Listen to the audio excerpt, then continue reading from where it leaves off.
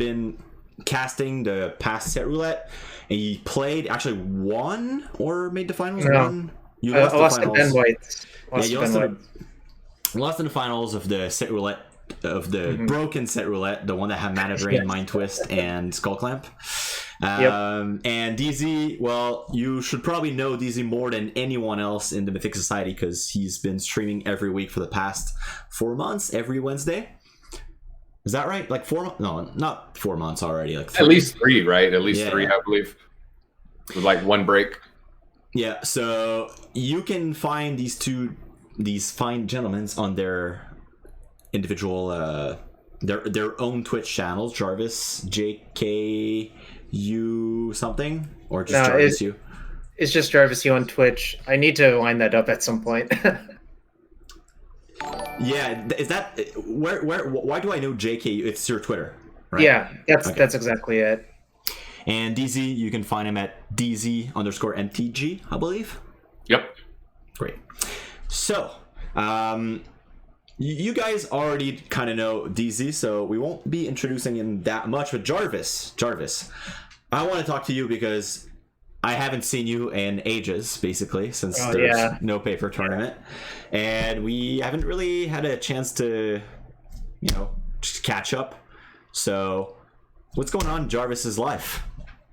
Well, they sort of canceled Paper Magic for this year, and that sort of removed all my incentive to try to play lots of competitive Magic personally. It's nothing against Wizards or anything. It's just a, personal feeling.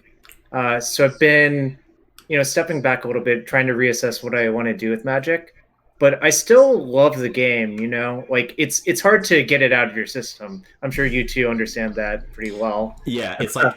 It's a good drug, as in like you will in some way always be related to it. Oh yeah, here's my cat. Yeah, well, they say you never quit Magic, you just take breaks. Yeah, exactly. I haven't played I feel that so much because I haven't played Magic in like seriously in about a year, and maybe some weekends I did, but I want to say that basically I haven't played yet.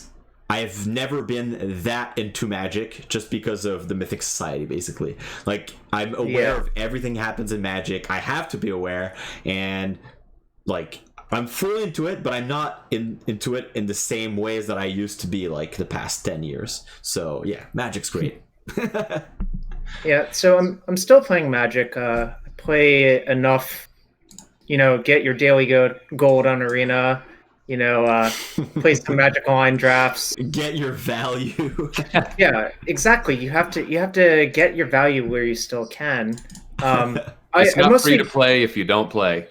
Exactly. Yeah, you understand. My favorite formats are still Limited, Vintage, and Legacy. 2 of those formats you cannot play on Arena still, but you can play Limited on Arena, although it sort of has a different feeling sometimes. But I love to play Magic still, and I'll keep playing it, digitally. But I'm not pursuing the try to win PTQs online mentality anymore, personally. Right. So you're a casual competitive player. Yes, I would describe myself as a casual professional or a professional casual, depending on how you want to put it. I love it. What clothes you're wearing, right? If you're wearing sweatpants, you're a professional casual. Well, funny you mentioned that. This is the Pro Tour Aether Revolt shirt, but it's very comfortable. I wear t-shirts, Magic t-shirts around the house because I didn't really want to wear them in public a lot of the time. Dude, that's exactly how I feel. Especially that fucking Dominaria, like full bright blue long sleeve shirt. Oh, no. The worst one for me is the Oko Thief of Crowns one from MC Richmond. Because it's like kind of subjective. Oh, it's suggestive. Yeah. I remember that tournament pretty well. You and I played in that tournament, Pascal. You remember that? We played it. Wait, I know we played. We played in day 2. Day 2.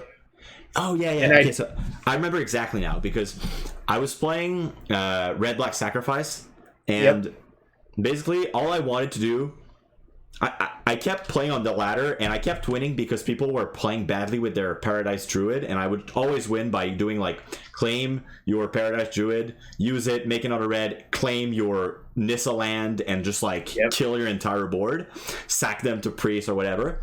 And I kept winning. I was like, I think 4-0 against Oko until I played you, and as soon as I lost to you, everyone started like playing differently. I don't know if you told them or something, but like everyone just kept being super like playing around claim basically, and never tapping a Paradise Druid and stuff. And I lost to Oko like 4 matches after that. I thought I had a good matchup, but I was not playing against good players. It's just really. I remember that game because you tried to trick me. You claimed my Thrashing Brontodon, and I had a Gilded Goose, and then you were like end step. And I'm like, okay, yeah, I'm not making a food because you'll just sack Brontodon to kill my food. I remember that super well. I'm just like, I just looked at you. I'm like, what are you trying to do? Are you trying to pull fast on me, Pascal? Honestly, I remember spending maybe like a minute or something on that play, just thinking about it, and I was like, how much like disrespect can I give Jarvis? And it was my only like the only thing I was thinking about. I had 2 plays, and I'm like, can I disrespect him that much? Well, you disrespected me that much, and I just instantly figured out what was going on. Props to you. Props to you. Well deserved. But yeah, anyways, that shirt is not. You can't wear it outside. It's just not fit for public consumption. Okay, so I'm just gonna ask that. I'm gonna ask chat because maybe someone knows. You see what my camera's been doing this whole time? It keeps like. The lightning keeps defocusing. If anyone knows how to fix this setting, I know it's coming from my camera and not the OBS program. It's so annoying. So basically every time I move, like if I go backwards, then darker, brighter. It's really annoying. So if anyone knows, please tell me. With that said, today we're going to talk about a few subjects, as many as we can talk about. I have double masters, just like the product in general and some of the arts that are insane. Set boosters and other product announced by Wizards. It's really hard to keep track of all the products they release, honestly, but we try. We're going to talk a little bit about the PT finals that happened last weekend. Not necessarily about the metagame, I don't think, unless you guys have anything to say about it, but there's not really much to say about it. Just like thoughts on the tournament itself, maybe. And then historic, we had results from the Arena Community Cup last Sunday, and then on Saturday we had there was an historic open by MTG Arena Zone, and Deezy himself was first seed after Swiss rounds. Is that right? Yeah, winning the top 8 first, and then subsequently, the rest of the story, how that goes. Let's just have a hair in my mouth. That's not great. What the fuck? I don't even have hair. It was that cat. It was that cat jumped up. My cat doesn't even have hair either. Like, where is that coming from? Okay. Let's just bridge into historic because. All right, talk to us about that tournament, Deezy. Well, the tournament started great. I was not prepared at all. So, what do you do when you're not prepared? You play the best deck. That's usually what I wanted to go with. So I played the Teamer Reclamation, just pretty much a stock list. I didn't try to tune it for Goblins. I didn't try to tune it for the Mirror. I made a late change, switching 2 Elder Gargaroths to Night Pack. But other than that, I really didn't change too much. Cruise through undefeated games, undefeated matches. Went in there first. I was paired down. For some reason, I guess my opponent's match win percentage wasn't the best, and so I was paired down. I had to play the second to last round when I should have been able to draw in. So I ended up having like way more points than everybody. Then go in there, and then Boros. I just want to stop you 1 second. They allow draws. Yeah. So you could ID. Okay, interesting. Yeah. So the last I went 6-0-1. So I drew the 7th round.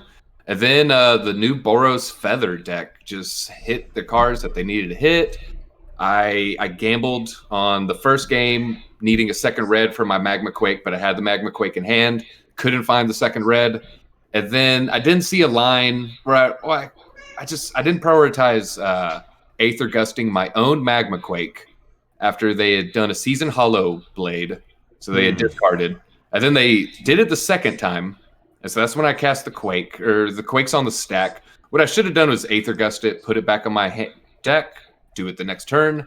I was really desperately looking for land, so I kind of punted away the top 8, but yeah, historic. I mean, it was everything was Goblins or Wreck, it felt like. And then I ran into that rogue deck in the top 8 and it just crushed me. Is it the same list or the same person that made the finals of the Arena Community Cup the following day? With the feather, it's pretty much the same list. I actually didn't check the names to see if it was the same person, but I don't think it was. Was it? It's not the same person. This person in the tournament you played was Imad Davids, and the person who made the other tournament top 8 was Oliver Firth, if I'm pronouncing names correctly. Okay, but I mean, it's the feather deck. You kind of have your your Defiant Strikes, your God's Willing, your Red Cap. So not Red Cap. You're saying that you didn't prepare much for the tournament. Like, don't you stream every day?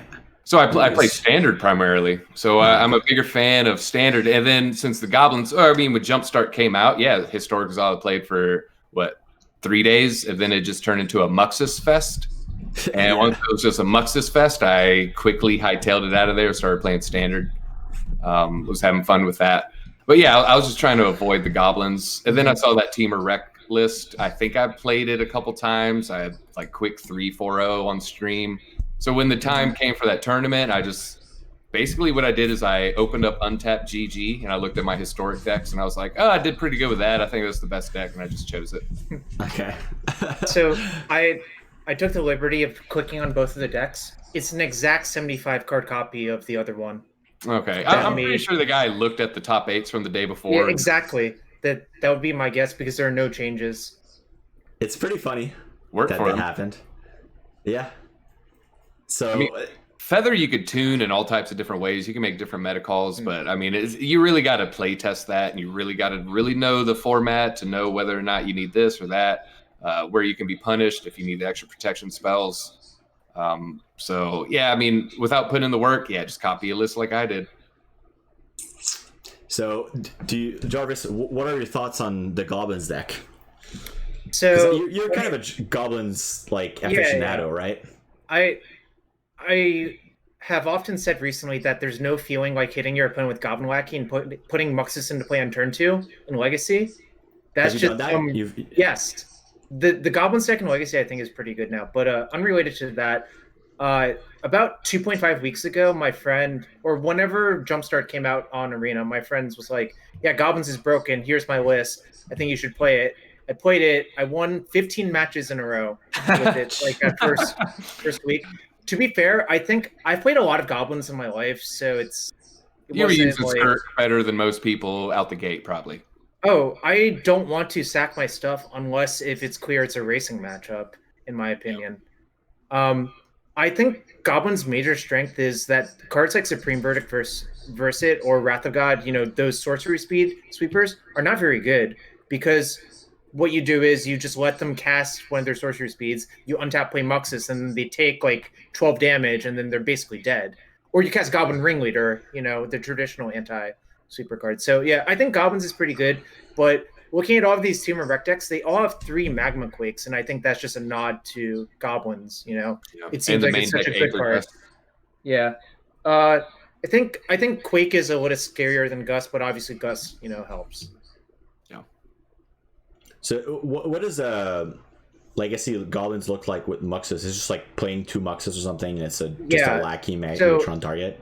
Yeah, exactly. The problem with Legacy is you're not allowed to put infinite 6-drops in your deck for obvious reasons. Imagine playing Muxus and getting dazed. That's not a good feeling. But especially if you eat a treasure token or sack 3 goblins to do it. Yeah. Well, there are no treasure tokens. You only have Prospector. But the key is Goblin Wacky. Well, when you hit your opponent, you just get to put a Goblin into play. I've seen screenshots of a Show and Tell player casting Show and Tell, putting Gristlebrand into play. Goblins opponent putting Muxus into play and just literally just killing the show and tell player the next turn. That's kind of crazy if you think about it. That is pretty crazy. Because Muxus would flip over Pashlik Mons and Swing Gang Lieutenant, so their block isn't even good because you just sack whatever goblin they block. So Goblin Lackey is some real Urza block BS. That's that card that can never be printed nowadays. All right, so have you played Historic, Jarvis, or do you really play Magic? I played 15 matches with the Goblins deck, but that was it at the very beginning. Before the mirror was popular, before Teamer Rec got tuned, so all my knowledge is outdated. I just played, in fact, I think back then, all I played against were burn decks. And the way you beat burn is you just force them to use their burn spells on your Goblin Chieftains and stuff, and they'll just run out burn spells, Or is there a burn deck in Historic? Is that what you're saying? I don't know anymore. I mean, there was when I was laddering a while ago, but things changed so quickly, right? There's people trying to force the wizards because we have Grim Lavamancer now. You can play with the Get 2 Lava Runner and the Viashanu Pyromancer. Mm-hmm. And then just basically eat your graveyard with the cheap 1 mana spells, whether it's Skewer or if you're doing the Wizard's Lightning or the Shock or anything like that. Light up the stage. Okay, I see. Grim Lavamancer is a staple of Legacy. That card's just great. It's one of my favorite cards, actually. Because Young Pyromancer decks are some of my favorite decks. And so Grim Lavamancer kind of slots right into most of those decks in Modern and Legacy. Mm-hmm. Yep. Nice. I also like these decks. I guess, okay, do you guys think that with your little historic knowledge, do you think that Teamer Rec is indeed too good, or it's dominating that format, or people have, or I mean, I personally think that people have not explored it enough. There's Jumpstart's been out for 1 week, and the format hasn't been played at a pro level yet. Right. What do you guys think about that? I'm not too concerned about it. I got a deck that's basically undefeated against it. So what was the main deck that beat it in Standard the past PT? We can get into that later. It's the Venerated Loxodon decks. So with Historic, you have Isamaru, which is the 2/2 legendary 1-drop, and you have a Danto Vanguard, and you have all their extra tools, plus just all the good cards that are in Standard right now. So I got a deck that's just crushes it every time, and so it's a white weenie. Rest of the field. It's a white weenie that's actually good at playing good cards instead of the white weenie that's in Standard that's trying to beat Teamer Reclamation that's playing just a bunch of bad cards. Yeah, I don't have to play 404 Garrison Cats. I get to play Legion's Landing and Danto and stuff like that. So I'm gonna offer the other angle, the counter argument to that, which is, from what it looks like to me, Teamer Rec seems like an extremely strong deck, but there's no consensus on how to build it, is the counter argument. I think once that gets figured out versus whatever the metagame is, it's going to be a true monster. And I'm gonna borrow a page from my friend Alan Wu, who says he thinks Teamer Rec is one of the hardest decks he's ever played. I agree that your white aggro deck probably crushes bad players playing it, but I'm not so sure. Suppose someone like Alan was playing it in this format. I think you might have varying results, is what I'll say. I'm taking advantage mostly of right now there's 2 or 3 Aether Gust main, so a lot of times they have a dead card there. Right. And with the season plus the Adanto, their Magma Quakes don't really hurt me too bad. And we can race.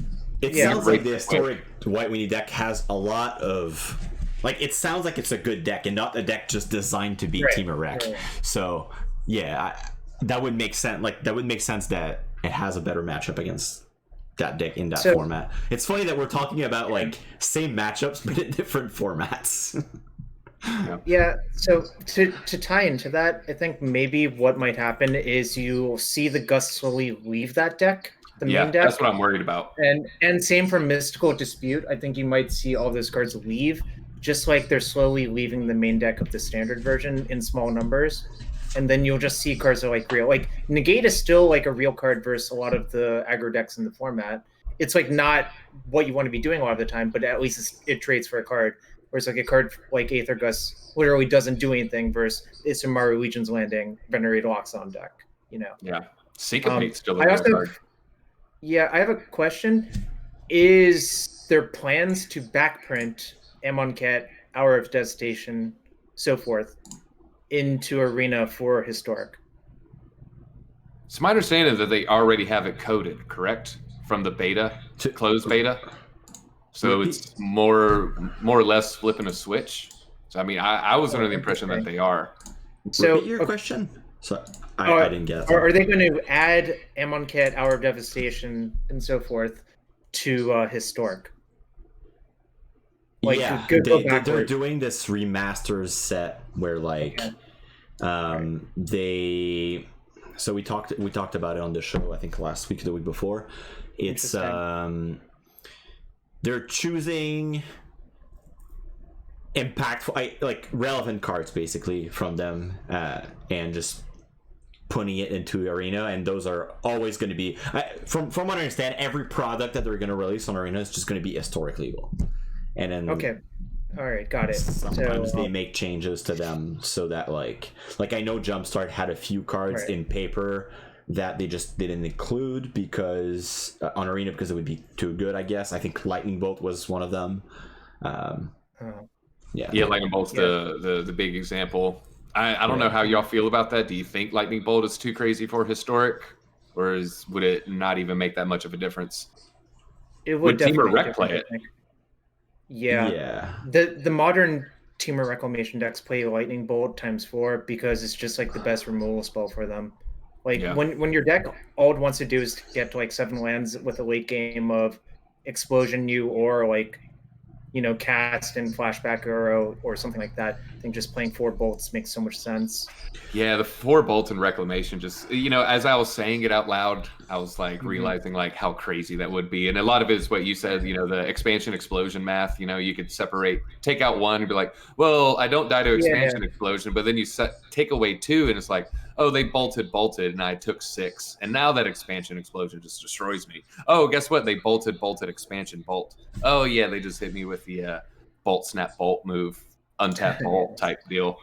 Yeah, that would just be disgusting. So the real reason I was asking about that, I was thinking about Hour of Devastation for the Rec deck to beat all of the cards you were listing. Because it forces creatures to lose indestructible. So what is the main cards in that? No, like literally the card Hour of Devastation. Hour of Devastation that says. Oh yeah, okay. I'm sitting here like racking my brain was no. So literally the card Hour of Devastation made all creatures lose indestructible and dealt 5 damage to all creatures and planeswalkers. I think, like, to go back to the bolt thing, I think. Like, it's hard to say that Bolt is too good in general because it's just like a really efficient card. So the worst case that happens is everyone plays it, but like it's really not that bad when everyone plays Bolt. As in, like, all the red decks play Bolt. It's just like it's not really a bad feeling. You're just like, all right, they got to kill my stuff for 1 mana. It's really not the end. Like, it's not oppressive like Oko or whatever. Yeah. But with that said, like, I think the reason they're not adding it is not necessarily because they're worried of power level, but mostly they don't want the format to look like Modern. Like, they want that format to stay unique to what it is instead of... Because Bolt is, like, if it's legal, it's going to be in every red deck in it. Yep. If you have Young Pyromancer and all that stuff, I don't know, it might become really close to Modern. Well, funny you mentioned that. The only deck, I think... historically speaking, that hasn't played Lightning Bolt that's been heavy red is actually Goblins in a lot of formats. Because of Goblin Ringleader. Yeah, you've seen more Tarfires than Lightning Bolts actually for that reason. Yeah, you can get it. You can reveal it with Ringleader and get it with Matron. Yep. Yeah, that's pretty cool. I know Black Aggro would be crying a lot of tears if Lightning Bolt was legal, which is one of the things keeping Teamer Rec in check. Interesting. Demonic Embrace is good in Standard, and it's actually pretty good in Historic as well. There's really just not that many people playing bounce spells or anything like that. And if you can slap it on a Regisaur, there's really not that many ways to answer it unless you're going to bounce with Tef the next turn or something. Or if you're lucky enough to have some Brazen Borrowers. It's +3, +1 life flying? Fine. Yeah. And you can pay 3 life to play it from your graveyard, I believe, or a clause like that. Yeah, it's 3 life, and you don't have to escape anything, so you just keep doing it. Yeah, but you have to actually countered cast it. Oh no! You have to pay one black. Yeah, in addition to paying its other costs. Right. Yeah. Yeah. Cool. All right. So I guess that's it for historic. Unless you guys want to add something else. I'm ready for some bans. I'm ready for something to change. It seems to be the same few decks, so hopefully some changes are coming soon. Yeah, I mean, we have, okay, so we're gonna have that remaster set, both Amonkhet, and they say that by 2021 they're gonna release the Pioneer Remaster, I think it's called, or something like that. Basically, Pioneer Masters, just gonna be a huge set that they're gonna take all the relevant Pioneer cards and put it on Magic Arena. It's weird to me because Historic kind of got popular since they announced, like, when they announced Pioneer, Historic existed, but it was like nobody had any interest in playing Historic. Yeah, there was just one anthology set. There really wasn't much to do. Yeah, and it was just like standard, basically. So yeah, a bad standard. So people were not interested by it, and Pioneer was a thing. So I was like, wow, Pioneer needs to be on Arena, and now like Historic looks kind of cool. So it's going to be weird. Why would there be 3 formats? That sounds confusing for no reason. I feel like they just renamed that Pioneer's Remastered set and just called it like whatever Masters, and just make all of those cards Historic legal, and like fuck Pioneer, that doesn't exist anymore. I don't know. What do you guys think of that? I have a few worries about that, mostly because it's hard for Wizards to know which cards are Pioneer relevant. They tried to do that for Legacy and Vintage a few times, and frankly, there's still a few cards that aren't on Magic Online for that reason. Are there relevant cards that are not on Magic Online? Yeah, there's like 2 or 3, but that's the problem. Like, it's hard for Wizards to predict which cards will be relevant in a format. So when you work on a product like Pioneer Remastered, or however you want to put it, it's going to be hard for them to do that unless they literally release every card that's legal in Pioneer that's not on Arena, in my opinion. Yeah, I agree with that. Actually, we talked about that a little bit, and I'm like, okay, you can take all the tier 1 and tier 2, like the top 20 Pioneer decks right now, and say like, okay, those are the relevant cards from these sets, let's release them so people can play with those decks. But like, what happens when someone wants to brew a deck? What happens when there's a new card that would create that seems like not worth just releasing half of them. I don't know. Yeah, it seemed like it would just create a bastion of complaints, right? Because there's going to be no room for creativity. Yep. It's just going to be set already. And then people are just going to say, oh, it's solved already. And it's just going to be pitchforks immediately. Mm-hmm. Yeah, it is weird. All right, so let's talk about, when we're talking about tournaments, let's talk about the PT finals. First, we had our buddy Ben White's make top 8. Yep. East West Bowl. Yeah, he's forever, buddy. East West Bowl still lives. Yeah, still putting out some top 8s. Yeah, did you guys watch? Did you guys like? I know, Jarvis, you were not qualified, right? No, I went 8-7 in the last Arena PT, which is not a good enough finish. Okay. But I did watch quite a bit of it when I was like in and out doing errands, you know. First thing I would like to address, can we just talk about Twitch chat for a bit, and how 100% of them just assume they're all better players than all these MPL members, especially with the team of reclamation years. I wanted to pull my hair out, not that I have much, but it was making me so crazy that they were just trying to force these players into lines where it's like, just because we see that they don't have Expansion Explosion doesn't mean you tap out to die to Expansion Explosion. And it was just so ridiculous how everyone's just like, oh, they're playing this wrong. Oh my God, they're playing this wrong. They punted. Can we get punts in chat? They're just like, no, they're making the best decisions with the information that they have. And I'm pretty sure that these players are better players than 99% of these people typing these things. Because I'm sure if you're in that 0.1%, you're agreeing with these people. You're realizing like, oh, well, yeah, they can't tap out because of Expansion Explosion, or they can't tap out due to negate with Dispute backup. The opponent does have 6-7 cards in their hand. Like, yeah, maybe tapping out here for the wolf is not the line. Like, will you please stop telling them to do that? I don't know. That's my rant over on Twitch chat. So great that you point that out. I 100% agree. And this is also why I close the chat whenever I want to watch an event. I literally just don't want to. Oh yeah, not this chat. Well, when I like watch an actual event, I just can't. I can't deal with it, honestly. Like most of the time, there are a few people who obviously bring up good points because there's like the 0.1% which you were mentioning, but most people just want to do like the. Magic is a game of asymmetric information. You generally only know the cards in your hand unless if there's like a card like Gitaxian Brogue legal, in which case the format's just like way different than normal Magic. Yeah, it becomes a puzzle instead of exactly a game that's called Magic the Gathering. I was rooting for all the underdog decks, the Black Aggro and the Venerated Loxodon Mardu Winota list. I don't know about you folks. Were you rooting on the Reclamation? Were you rooting on the Blue White Control? Yeah, I was rooting on anything that's not Teamer, I guess. So that Mardu deck, didn't Michael Jacob top 8 with it? Yeah, Michael Jacob top 8, Ralph Levy top 8 with Blue White Control, Riku Kumagai top 8 with Black Aggro. And then was that like a known deck? I haven't really been following that much Standard, so like I don't know the tier 3 decks or. So it's funny you bring that up. I think that deck is pretty stock, except usually play Rotting Regisaur over Hunted Nightmare. But the match I watched Riku play, Beckstrom's Solar Blaze looked really ineffective versus Knight of the Ebon Legion and Hunted Nightmare. That's the match that points out to me that Riku was probably onto something. He was analyzing the 4-color rec decks and realizing they were also soft to Hunted Nightmare and built his deck with that in mind. And for that reason, he chose to play 0 Demonic Embrace because that card is bad versus Solar Blaze. Oh, nice.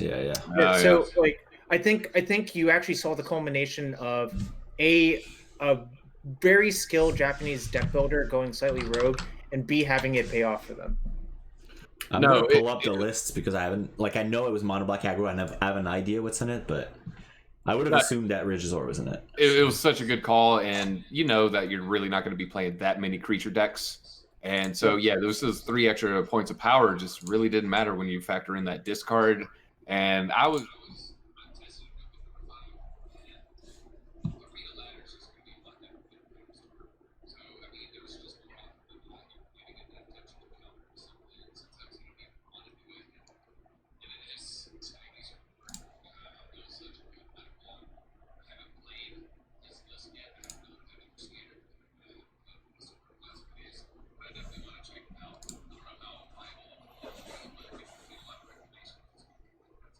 Yeah, this deck looks extremely like if you look at this list and you don't know what's in Standard, you're like, wow, these choices like are so weird. Like the main deck Duress, the fact that they're playing that 4/5 instead of the Rotting Regisaur. Like it seems like you really knew you built a deck specifically to beat Teamer Rec, and then maybe I don't know which other decks.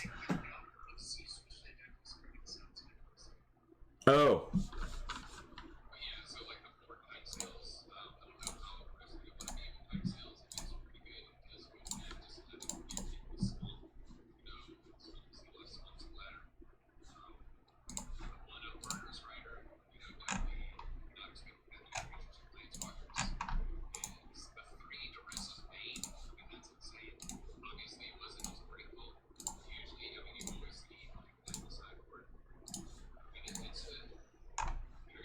Love it. Only 2 Black Lances, you know? Yeah, so just a big difference between, I think, Arena Ladder and Open Decklist tournaments is you really do know what you're playing against a lot of the time in an Open Decklist tournament. So that lets you play sometimes maybe more situational cards, I like to call it. Like a card like Duress is often not going to be very good depending on the certain matchup, but it's obviously phenomenal versus like a Reclamation deck. The last deck that top 8 was Jun's Sacrifice, and oh yeah, I forgot there was the Jun Sacrifice in there. It wasn't. Yeah. So it's 4 decks and 4. Yeah. 4 rogues and 4 Rex. Yep. Four color teamer. So it was a 2-2 split on the reclamations. Yeah, it's kind of funny we're calling Jun Sack Rogue now because Yeah. just like the Arena PT I played, we expected Team Rec to be the most played deck, then Jun Sack to be the second most played deck, and it pretty much played out that way. I played Jun Sack personally with Fiend Artisan. Not a lot of people chose to do that, except Fiend Artisan actually dominated all of the mirrors in our experience, so that's why we did that. Are you grabbing Hold with that? Is that the pod? No, generally the plan in the mirrors is just spam Mayhem Devils, because the more Mayhem Devils you have, they can't do anything. Oh, yeah, because you shut off their cat oven. I mean, once you get 2 of them, you can't even really activate your oven. Right, exactly. So I don't know, like the deck has evolved a lot. Solemn Simacrum shows up a lot, and I think that makes a lot of sense because it ramps into Citadel and Gorvald, like kind of reliably. The card that they shaved down on, which makes sense to me, is Claim the Firstborn. Like if you expect only Team of Rec, like Claim's not that great except for Euro.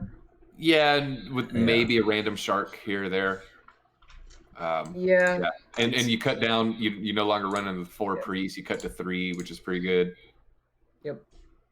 Yeah, So I've seen some lists run 1 or 2 cultivates, and I definitely like the Solemn in place of the cultivate there for that turn early Citadel.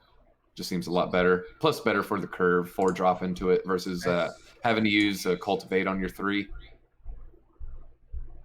Yep. So basically, what happened with Chris Larson got paired versus Peter Golgowski last round. And if you know Peter at all, Canister, he played a ton of Jun Sacrifice, and I'm sure he felt pretty confident in the matchup. But games 2 and 3, like Canister got mana screwed and died, which sometimes happens with the rec deck. Like the rec deck is looking to make its like first 7 land drops or whatever, and sometimes that doesn't happen. Then you die. Yeah, did Peter go undefeated at that Mythic Championship with Jun Sacrifice? Yeah, but I think he also had like 3 buys because like it was a really weird tournament structure. Those Mythic Invitationals, I think, had kind of a flawed tournament structure, and a lot of the MPL members actually pointed that out, and they never fixed it. Like so, it like Pascal or not Pascal, sorry, Javier went 8-6 in the Mythic Invitational he won in the Swiss, and that's like honestly not a great record, you know. Yeah. But things lined up so he could win when he needed to, and like props to him for still doing that. Yeah, I remember that. That was a weird structure. It kind of reminded me of like I don't know how well familiar you are with the NFL, where it's like you have bye weeks, and then people are jumped up ahead. Yeah, it's anytime you don't have like a 4, 8, 16, 32, you got to start getting creative with the pairings. Yeah, although that was a 64-person tournament. I don't know NFL at all, so can you brief that up for someone? So when you go to the playoffs, instead of 8 becoming 4, becoming 2, I want to say it's 10. So it's like 8 people play the first round, but then you have 2 teams get skipped, or maybe I think it's 12. So 4 teams get skipped. So it's 8 players or 8 teams, 8 games. And then you would think, oh, then there's 4, but no, then the 4 teams who had the bye week jump in. So then it's like another 8. So you have like 8 games, and then you have 8 games. Then you have 4, then you have 2, then 1, or something. Maybe I'm messing up that math a little bit, but yeah, it's a 12-player elimination bracket where 4 people just get to skip the first round. Okay, yeah, I think they try to do that with Pro Tours at some point, right? Like the first 4 had like a bye into top 4, into top. I think starting 2-0 is plenty. That's a good enough advantage, and people work hard to start 2-0 a tournament. I don't think you need to get crazy with the Swiss rounds. I think being on the play is already a huge advantage. Yep. So you don't really need more than that. This playoff structure for NFL looks very messy to me. I just took a quick look on Wikipedia. Although apparently they're expanding to 14 teams in the playoff in 2020. That's what Wikipedia claimed. Yeah, so 14 team playoff. It's going to get weirder because, again, it doesn't have a power of 2, so there's not like a clean way to do it. So it's going to get messier for them, I think, like you pointed out. How many teams are there total? 32, I believe. Sounds right to me, but I don't remember. I don't watch that much football. I'm looking. The last 32. 32. Yeah, then we had Raphael Levy with the blue-white control is the other. Again, are we calling blue-white control rogue? Was it Yorion? Yeah, 80 cards. Yeah, was that a thing? Was that a deck that people played, or occasionally? He copy and pasted Nassif's deck, okay, which makes sense. Yeah, I was watching. Nassif was putting in a lot of work. He was tuning it for a while. I mean, you know how the jokes about Nassif's land drops. I mean, you should see him like cutting from 81 to 80. He's just like staring at his deck, like highlighting every card, like move on to the next card. Yeah, so this one had 2 Yorions and then 1 companion. So it was 3 Yorion deck, 2 in this 80. Nassif is deliberate, as we say in the business. Very. And the results pay off. I mean, yeah, it does for someone. we have 3 births, 2 omens. So I mean, yeah, there's some 2 ofs, some 3 ofs. There's a lot of 2 ofs and 3 ofs. There's actually not that many 4 ofs. ECD, Typhoon, Veto, Narcitef. In an 80 card deck, interesting. Yeah, it's if you told me an 80 card, like I would think an 80 card deck just has 4 ofs in it. Yeah, but I'm not surprised coming from Nassif. Yeah, there's more non-play sets than there's play sets in the deck. I hate it. I don't even want to open it up in front of me. 35 lands too, which seems light, but it got them in the top 8. I guess it was the right call. 35 lands, I guess it's the equivalent of like 26 to 27. Yeah, okay. It's about 26. But they're playing Omens and Opts, maybe? Omens and Birth. Yeah. Omens and Birth. So you got 3 Births to grab a Plains. Okay. Yeah, that makes some sense. Okay, do you guys want to talk about Wizards products and just bash? Get into it. There's so many to get into. Bash / look at some pretty arts. All right, the hot button issue. I want to know where you two stand on this. How do you feel about uncommons making it for the box topper? What do you mean? You mean so it's not mythic rares, it's not a planeswalker. They're doing things like Tron lands, expedition map. So you can get commons and uncommons here, right?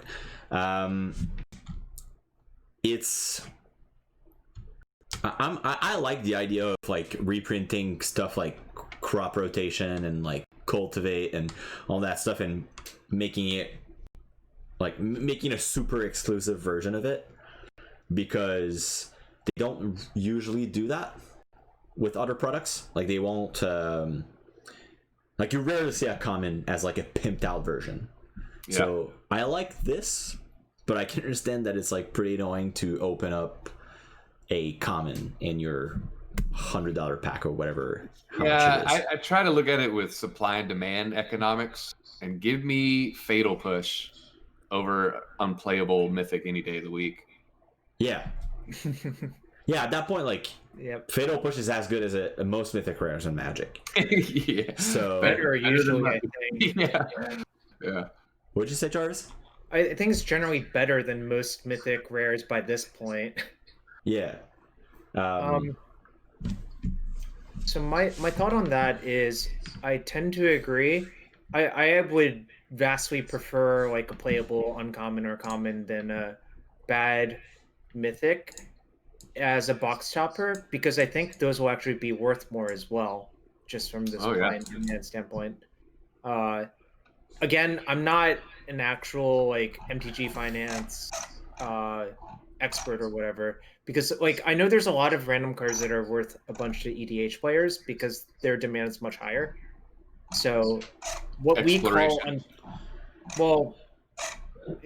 dude, do you have to do me like that? Google Jarvis U lands and then you'll see what I mean. Fresh wound here, maybe. No, it's not fresh. What did you say, Deezy? He was referring to Exploration as an unplayable card. No. Pascal knows. Pascal literally borrowed my deck once to play a side event at a GP. Yeah, it wasn't pretty. Oh, Pascal didn't know how to play my deck, but that's okay because no one, like most people, don't know how to play that deck. It's the name of the deck is Lands and has 35 lands in it. It has 4 exploration, like with the Tabernacle and the Thespians. Yeah. Yes. Yeah, So- Jarvis is the lands master, basically.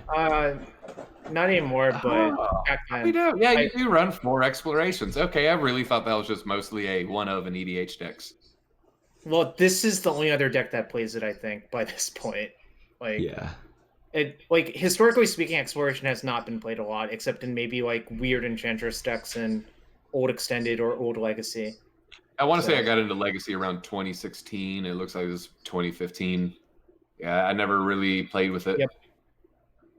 I think I got another top 8 with it in 2016, and then got 9th at Vegas 2017.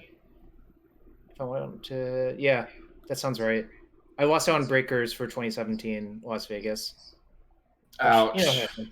Yeah, the Well, Breakers I actually hurt. thought I won my match and I did the math and I was like, okay, I should be about 10th or 11th, and I jumped to 9th. So that was like kind of in the opposite direction I was expecting anyways, so it's like whatever. But yeah, you can't talk about exploration and battle weight on this particular show, man. Yeah, it's not gonna happen. But no, yeah. Box topper, if it's like a Tron line or expedition map or whatever, something playable, I think people will be happy because at least they'll get their money back, right? I mean, the Tron lands is going to be, you want 12 of them. You know? it's- And a lot of these things, oh, I want 4. Oh, I really need those 4 brainstorms. No, you need 12. You need 12. I could really see those being in the top quarter as far as the price, like way more than the swords, possibly. I don't know. It really depends. I think a lot of the times Tron players don't pimp out their deck. And a lot of it was because of the Tron lands were hard to pimp out because there's, I think, only 1 foil printing. Well, And, you know, foil Karn so expensive. It's just the difference between non-pimp and pimp is just a huge disparity. counterpoint to that, Japanese antiquities. Okay, yeah. So I literally have played against a Tron deck that had one of each different printing of Tron land from antiquities, and it was all in Japanese. And I would just be like, "All right, do you have Tron?" And my opponent was like, "I don't have to." My opponent actually said, "I don't have to tell you that." I'm like, "Okay, I'm just gonna call a judge and ask them each time which Tron land that is." Yeah, that Just is wasting all of our scum. time. Yeah, that gets a little annoying. Yeah, then, Yeah, I mean, but- maybe you could see a tower in one of the arts, but maybe not. I don't know. I don't know what all the arts look like. Pascal, can you pull up that mine that looks like a tower? Yes, Antiquities? You know the one I'm talking about, right? like yeah. There's a few that you would think is something, but Yeah. isn't. Like There's an Urza's mine that looks like an Urza's tower. I'm What a not. scumbag move. I used to have a Japanese Tron that was not matching. I sold it to one of my friend who like kind of started playing Magic, and they wrote on each of the Tron lands what they were because they didn't know themselves. That devalues the heck out of it. Yeah, but it wasn't much. It was before like Tron in Modern, basically. Oh, sure. Um, What you should do is perfect fit and write on the perfect fit. That's some galaxy brain thinking right there. True, but I don't even think people used perfect fits back then. So No, probably not. If this was before Modern, there were very few people perfect fitting. Only like the Japanese players. Japanese players have like triple sleeves or quadruple sleeves sometimes. okay, It's kind of crazy. So top we have towers, and okay, look at this mine right. Yeah, I don't know if you can see I it. knew it was going to be that one. It looks like a Yeah, tower. That's the one I get the most irate about because I'm like, I have no idea what that is. The other ones are like defensible, at least, but that one makes me irate. That Where's one, the I'm mine? like, it's underground. That one I don't makes like me it. irate. Yeah, this is weird. Sorry I went on a rant about that, but like that one literally drives me nuts. I'm like, why? There's literally a card called Urza's Tower you printed in the same set. Why did you draw that? Speaking of these Tron lands, what do you folks think of the Karn Liberated art? It's quite polarizing. It seems like It's Victor Freeze. Arnold Schwarzenegger version or animated series version. I kind Or- of I love old style arts. Like Me too. I love that Tron, and I think that Karn, like it looks like a Karn. It looks like what a Karn would look like if it was printed back then. I Like- agree. I like it. Like back in Antiquities or whatever. It's reasonable. I'm not going to get any of those. Yeah, it's not like insane, but it fits with what he was doing. So I don't know. I like it. Are these versions going to exist in foil and non-foil? It's all non-foil, I believe, right? Oh, They nice. each come with 2 non-foils. Nice. I think these are it. Because it doesn't exist as foil. Chat will probably know. Yeah, I believe they're all being printed this way, non-foil. My actual favorite art / flavor text is the Force of Will. If you want to click on it. Yeah. Force of Will. Yeah, that one's. Man, these cards are insane. As much as I hate this product for many reasons that we talked about in a previous show, these look insane. You have to switch versions, I guess, but the flavor text of it is amateur. Oh yeah. Just amateur. Yeah, that's pretty sick. I want those so bad. Full disclosure, I paid $1,000 to have a pimped out set of Force of Wills, not the Eternal Master foils, the Amonkhet's, which I kind of like all the Amonkhet's. I don't know why. I hate these people hate them. cards. And then I see this and I'm just like, oh God, I want that so bad. Like, am I really going to do it again? Like, maybe I could sell a playset of the alliances to knock 15% off the price. Yeah, you could sell them to themixstore.com. Yeah, you can do that. These are like that Blood Moon is insane. That Abyss great. is insane. Like, oh my god, Stoneforge is insane. That I like the Thoughtseize too, actually. Yeah, it's nice. Pretty good. I'm usually a sucker for original printings, but if I open some of these, I might deviate a little bit. I feel kind of the same. I'm not going to open any of these, so I know I will not own personally any of those. So I won't have to make that decision. I also like just originals, but like if someone lands me a deck, if Jarvis lands me his lands deck at some point in the future and he has explorations like that, I'll be happy. Well, Pascal, you know my shtick. It's usually S or T Chinese original printing. And those Naga ones were really hard to find back then. And that did not help when I used the deck that everything was in Japanese. When people had borrowed this deck, they're like, I've often had to call just to ask what my own card did, because like Chinese Dark Depths and like all that stuff, it's not the most intuitive. One thing I'm happy about is I think this set will be printed in Chinese. Original like Urza's Legacy or Destiny crop rotations in Chinese are really hard to find, so I might finally have a set of Chinese crop rotations by this. So nice. I'm looking forward to that. John Avon art's coming back too. Probably my favorite arts for the lands. The only thing I don't like about the John Avons is you can't buy those unhinged in foils because they all curve for the most part, but they all look great on foil. Yeah, I sold out my John Avon Island foil collection. Traded in towards duels. Probably 3-4 months later is when they had the other unset. It was the best decision I ever made. Smart. Oh yeah, you can draft Dark Depths combo in this format, I believe. Yeah, a Hex Mage and Thespian Stage are in it. Yep.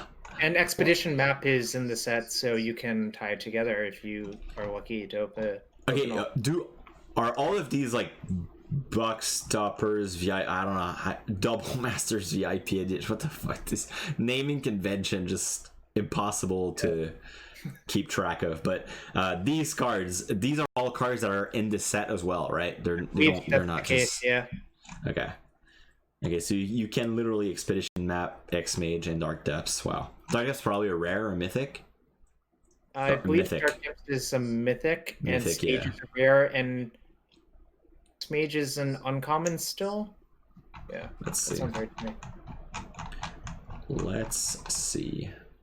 Yeah, it's an uncommon. Yeah. Yeah, changing the symbol just seemed a little odd. They should have not done that. Just to that way we're not asking these questions. Like, wait a minute, is Fatal Push a rare in this set? Like, how are they doing this? I wish they would have just kept it all the same. Flavor fail. You mean like the top the VIP version has the box a topper. rare... So like if you look at Fatal Push, it's rare. Oh, but it's in the set as an uncommon. Yeah, same for the Tron lands. Right. Yeah, so it's going to be available in English, French, German, Simplified Chinese. So I don't know. Do you know if that's Cantonese or? No, so I'll explain it real quick. Mandarin and Cantonese share the written language for the most part. There's a few weird Cantonese expressions that aren't writable, but if you try to speak Cantonese to a Mandarin only speaking, they'll have no idea what you're saying. It's like the equivalent of like Portuguese and Spanish, sort of, but where the writing is somewhat similar. But if you speak to one another, it's like kind of gibberish. Okay. So yeah, Simplified Chinese and Japanese. Yep. But not Russian. Yeah, so the difference between simplified and traditional is generally printed in Hong Kong, Taiwan, and Singapore, and simplified is mainland China. I didn't know. I know how to identify each of them, like when I see them, but I didn't know that a little backstory on it. Nice. So it just quick history lesson that came about when the Chinese Communist Party came to power. They tried to increase the literacy rate by making the characters less complicated. All right, so Murray Bundy was saying is the VIP boosters will have the foil versions. The $100 boosters you can buy. I was looking at eBay. I was checking eBay for all these prices. You can actually get some of these boxes for $320. And the VIP booster 4-packs, instead of paying $100 a piece, you can get 4 of them for $320, which is $80 a piece. So it's a $20 save. All right, so that's the main incentive. If I was trying to judge this as an accountant for Hasbro, that's going to be the main incentive to push people for those $100 packs. Oh my God, those things are going to be insane. Those box topper foil versions are going to be insane. Solon is going to pimp out their Tron with 12 of them though, and then the Karns. That's going to be nuts. You just explained how it works very clearly. And I still have no idea. So the box toppers with your box set or with your box, you'll get 2 non-foils, and you have to buy the $100 packs to get the foils. Okay. I barely know what's a box topper. A box topper is a booster that you get when you buy a booster, right? A booster box. No, it's like 2 singles that comes underneath the laminated box. So like the Dak Faden. Remember when they did it with War of the Spark? You know, they had those really pimped out planeswalkers. Yeah. Dak Faden, Karn. That came in a box, just like underneath. Like you open it, it's there, laying on top of the booster packs, like in its own little plastic thing. So no, it's something they add with the boxes. Okay, but it's like in a booster package, right? Wrapping. Yeah, like a smaller one, I think. Yeah, it's like in a smaller one underneath the plastic seal. And it's random. What's in it is random. Yeah. Okay. And that comes with every booster box, right? It's not like every buy box promos. Every box is getting 2 non-foils. Okay. And okay, now from what I understand, the VIP edition of this set is a completely different booster box, right? It's just another package. I don't know. I couldn't find the VIP pack booster box. It only seems like they cap it at 4 packs for $320. Okay, so it's not a booster box. It's just it's like a 4-pack, $400 you ballin' pack. And in that 4-pack booster box, there's another box stopping thing where those are foils. Is that what you're saying? No, they'll be in those $100 packs randomly. I don't know if you get a guaranteed one. I didn't see the exact specifications of what are in those $100 packs. I don't know if they're keeping it tight for now because they don't want to basically just avoid criticism, less information, less people can criticize it. I mean, it's already crazy enough that they have $100 packs. A pack is $100. That's pretty crazy. Actually, Moribund is explaining all of this, so let's read it. 2 foil borderless cards only found in VIP edition. Cards with a rare symbol would appear twice as often as cards with a mythic symbol. Okay. The VIP booster have foil version of these. The non-foil are box topper. And okay, he says 2 foil borderless cards only found in. Okay, we read that. Okay, 2 foil rare / mythics, 8 foil uncommons, 9 foil commons, 10 full art basic lands only found in VIP edition. 2 of each basics, 2 foil Full art basic lands only found in VIP edition. 2 randomly selected from this is so unreal complicated. Yeah, I'm not in love with it. Like, as much as they try to push this like crazy value, insane product, it's so unbelievably complicated to understand that I'm like, I feel like it might not sell. Like, it will. No, it will sell. And related to that, Hasbro actually released their Q2 earnings on Monday, if anyone read that. I know that it happens, but it did happen. But what are the details? Magic did not do well, so that's why I think they're trying to short up. Like, obviously, it's like COVID had a huge reason to deal with it, but I think maybe they're trying to offset it a little bit this quarter. I mean, by definition, they can print money. Like, yep. Almost like by definition, they can print it. So, I mean, it just took a little creativity. It's like, I imagine, of course, this is all, we don't know. We weren't there. I'm not in Hasbro. I'm not corporate, mid-level management there. But I imagine it was like someone came into a boardroom meeting and said, what's the most expensive pack we could sell and how do we do it? Brainstorm. And then that's probably what happened. I hope we never see the day where there's like a triple masters, because $100 a pack is a huge psychological thing. Pascal, you're just jinxing it now. It's gonna happen next year. That's fine. I'll be playing pre-modern where there's no new friends. Sure, you're not going to want to bling it out at all, man? There's going to be double-sided foils where the mana symbol on the backside's foil. Oh my gosh.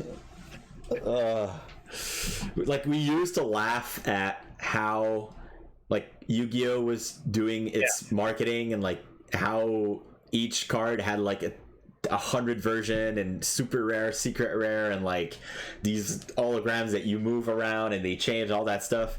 And like, we used to laugh at that and saying like Magic's doing it so much better, and now Magic is like 10 levels above that in terms of even crazy. Like I remember when they first started printing foils with the date, or not first, because there's old promo versions with F&Ms, but when it started coming with the sets, it'd be like August 21st, 2016 or whatever. I remember thinking like, oh, this is ridiculous. Now you got the uncommon and 2 foils. Like, what are we supposed to do here? Then I guess the dam broke with Throne of Eldraine with the showcase arts, with the borderless art, and the foil versions. And then, I feel like the dam broke then.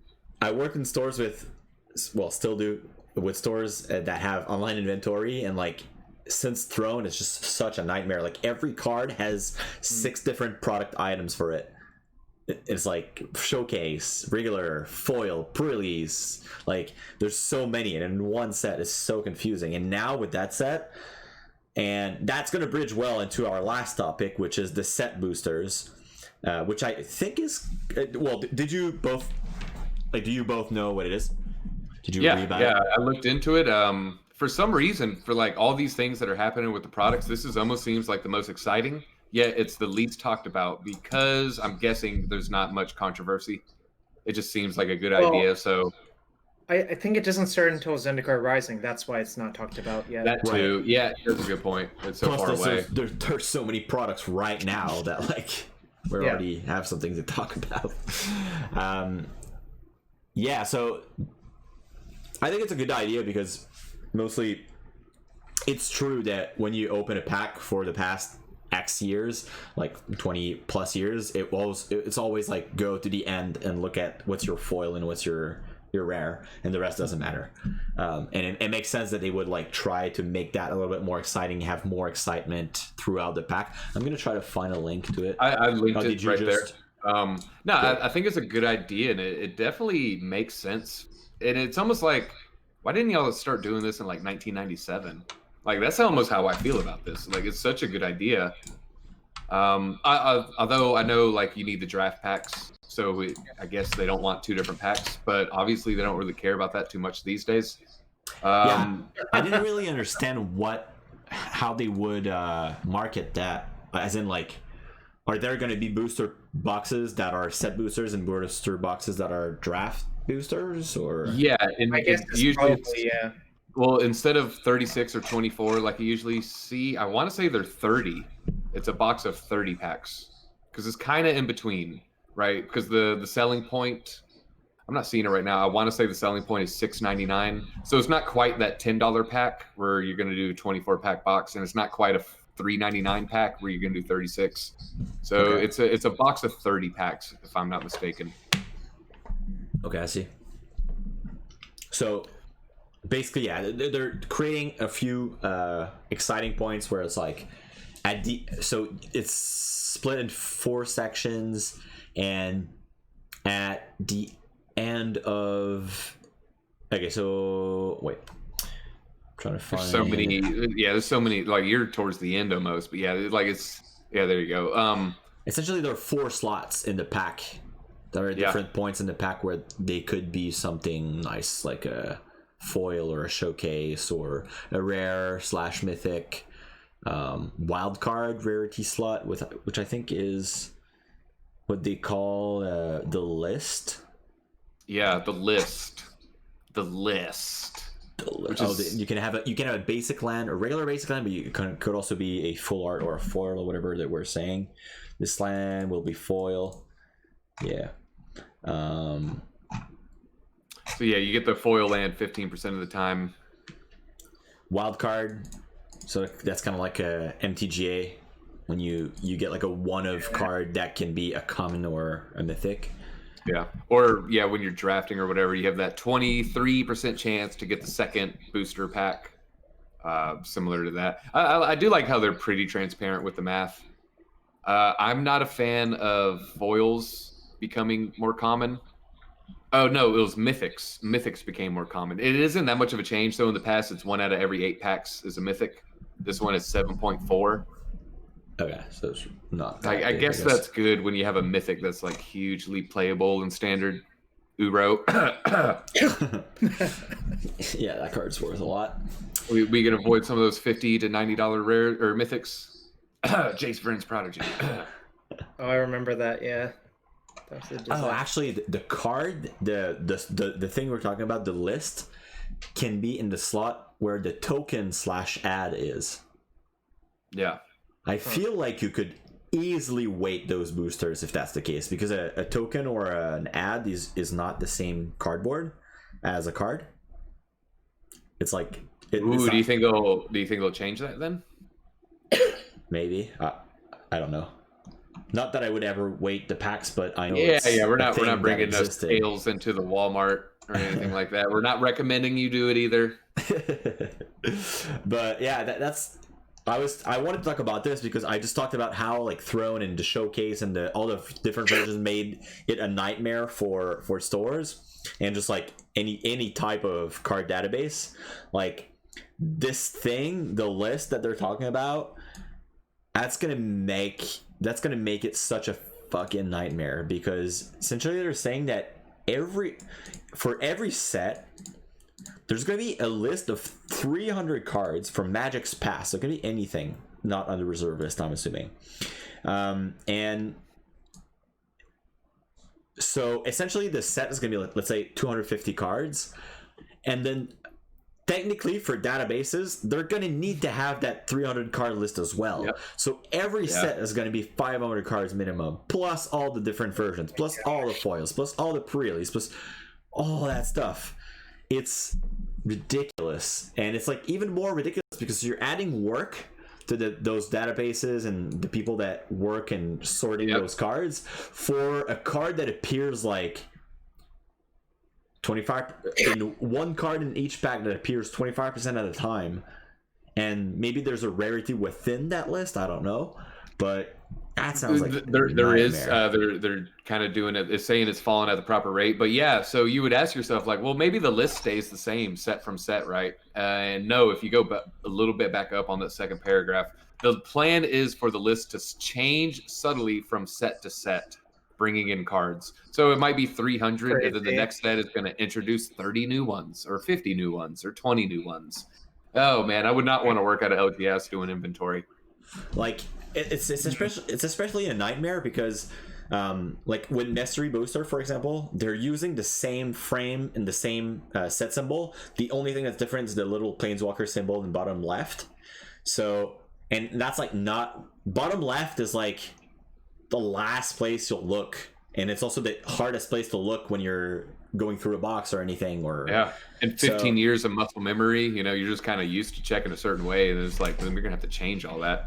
Yeah, and you need to have people that like are able to recognize that this printing is like a little bit more glossy than a Tempest like muscle sliver used to be, for example. Yeah. So, oh man, it's gonna be a nightmare. I'm glad that like, so the Mythic store, I took a decision that was like, we don't like. There's something with stores where stores feel obligated to always have everything in inventory. They like, if there's a new set, they have to crack X cases to make sure that they have all the stock and like even the commons and all that stuff. And I'm like, I don't want to have to deal with that ever again. I don't want to have 500 cancels in my inventory. I don't care if it's been printed in every set. Like, I don't care if I don't have it in one specific set. Like, I'll have maybe the cool versions or like the first printing version or whatever, but I'm not gonna have like the M11, M12, M13, and I'm not gonna have 8 of each.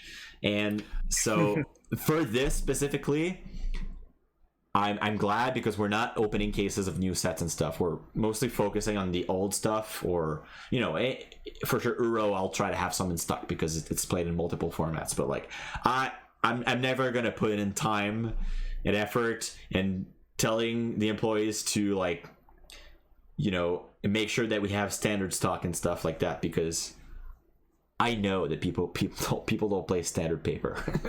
So we don't need to have that in stock. So yeah, the listing is, I mean, we're gonna need to have some of those cards in stock, but at least they're reprints. So as long as you have the past versions, you're probably fine as a store. Yeah. But yeah, it's getting like, it was so complicated, and now they're just making it even more complicated. But I do agree that like it's a good idea in terms of making boosters more exciting. Yeah. Be careful with those trades on the F&M kiddos out there. Make sure you're getting the OG packed in negation, not a fluke. Oh yeah, because the only difference could be the little. That's one thing I'm wondering, like with all these mystery booster reprints, mystery booster just set in general, and the list thing, how are they choosing which version to add to it if all they're going to do is add the little planeswalker symbol?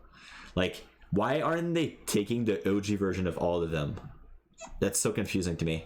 Like, why are they taking the M25? Ask the intern.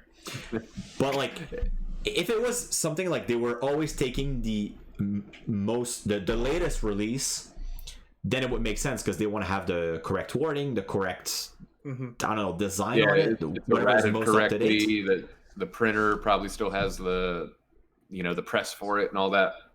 Yeah, exactly. Right. And like, but it seems like they're not even doing this. It seems like they're just choosing random versions.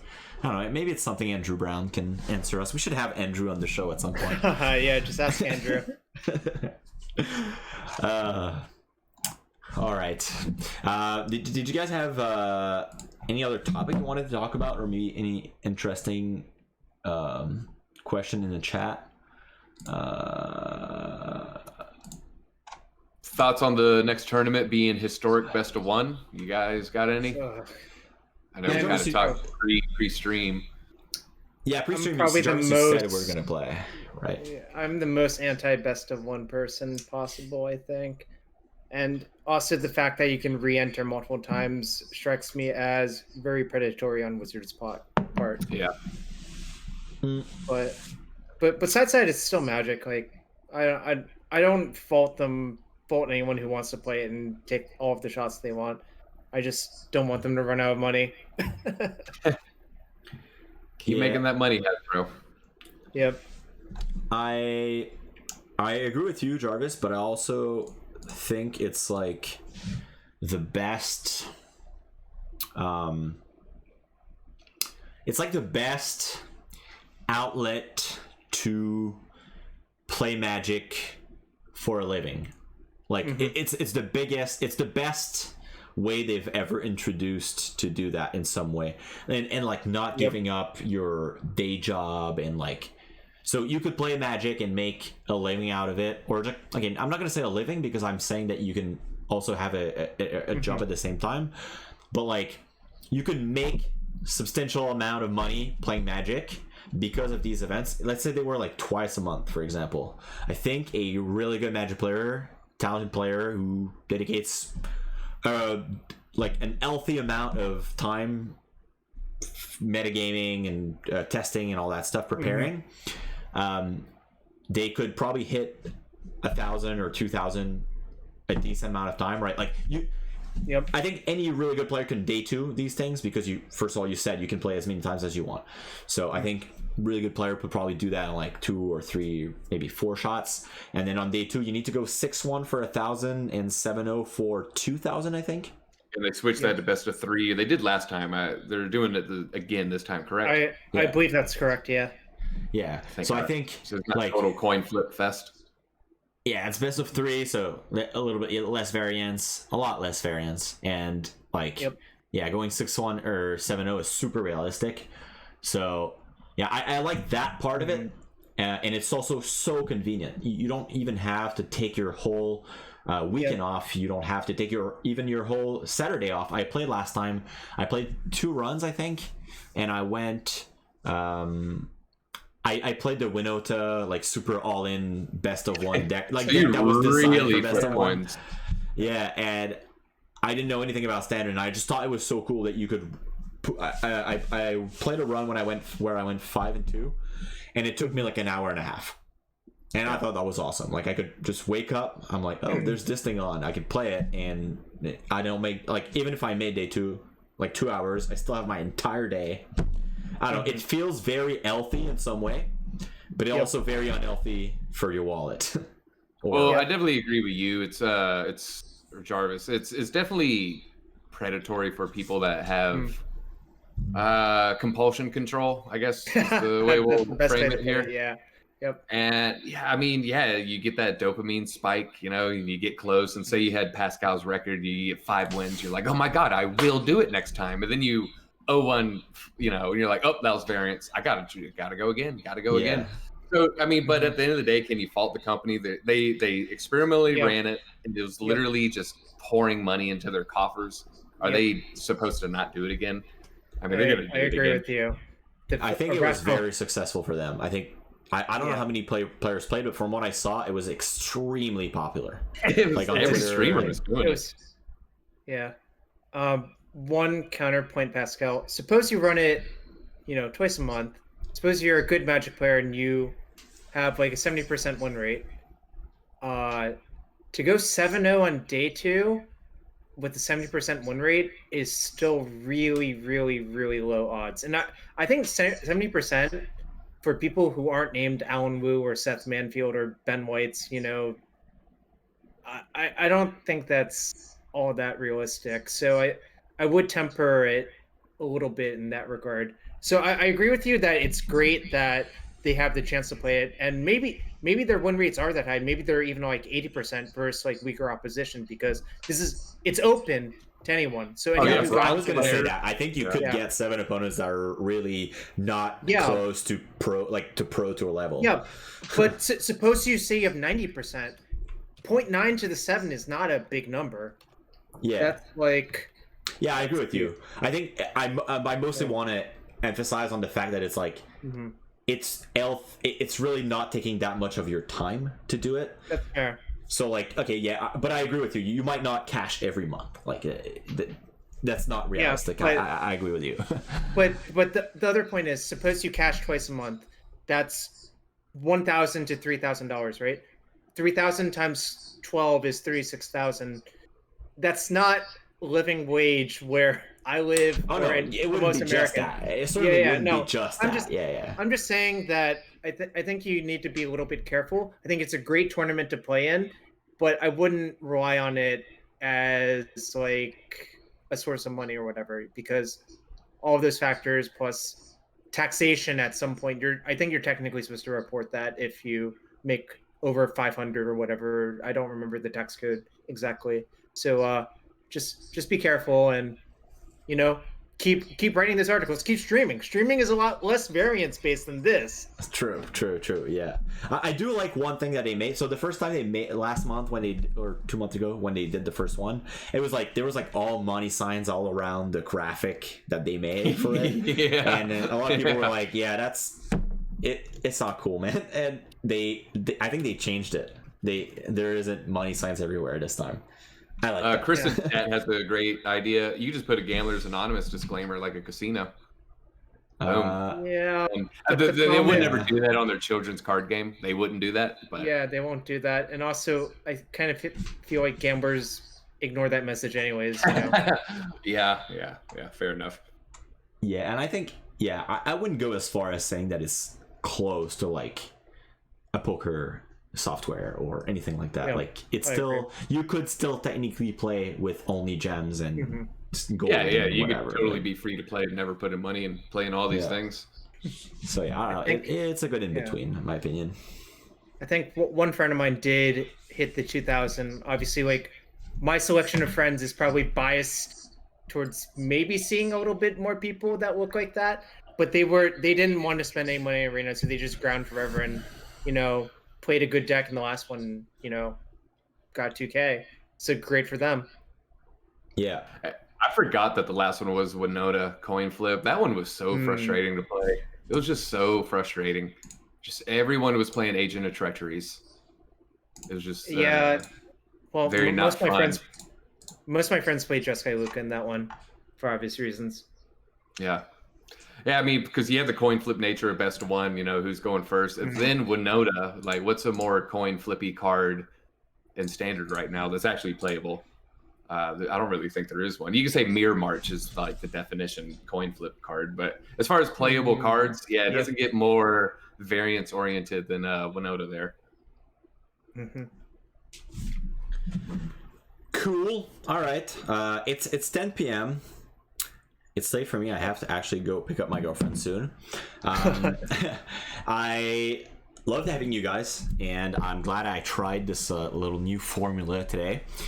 It was a little scrambled up last minute because I had to eat before, so like I'm gonna try to fix my cam and all that stuff. Deezy, you're like looking a little. I think it's probably not your cam, but mostly your connection. You're like looking a little bit blurry. You see? You see there's like a shit ton of pixels. Yeah. Where'd that come from? Huh. Yeah, it's weird. It might be Discord because you're streaming all the time. I'm assuming it doesn't usually do that. I've actually minimized my open windows, so if anything, I'm using less juice at this point. All right. Yeah, probably Discord issues. I've ordered a new processor and motherboard that I'm gonna get tomorrow. So next week might be even less laggy if ever was. And DZ, nudge to you. I ordered this new processor and motherboard so that I can stream Fortnite on my own channel. Nice. I'm definitely looking forward to joining some of those. So, but yeah, chat, you don't have to worry. It's not going to be on the Mythic Society Twitch. It's going to be on my own. I'm going to turn my own personal Twitch channel into a Fortnite stream. Oh god, that's hilarious. Yeah, I love Fortnite. It's my it's the thing that I'm ashamed to admit, but I love Fortnite. Let's get you interviewed by the professor, and his first question is, so why? Yeah, I don't. I love playing the game. I love the game. I love watching the content. So fun. Yep, I have to admit it. Cool. So yeah, I still don't know what we're gonna do for next week, but I'll find something to do. Might be Jarvis again. Might be Deezy again. Might be someone new. I'll keep you all updated. So thanks for being here tonight, and thanks to you, Jarvis. Thanks to you, Deezy. You can find Deezy on twitch.tv/DZ_MTG, and Jarvis at twitch.tv/just Jarvis. You right? Is that what you said? Cool. And both of them on Twitter. With that said, have a great night. Thanks for being here, guys, and we'll see you. So there's no streams this week from Deezy and Goblin. We stopped that to concentrate on different things. So we'll see you in the pre-modern tournament tomorrow at 1 p.m. Thursday, Historic at 7 p.m. And this weekend, there's nothing. So, yeah, go outside. Enjoy summer. See you soon.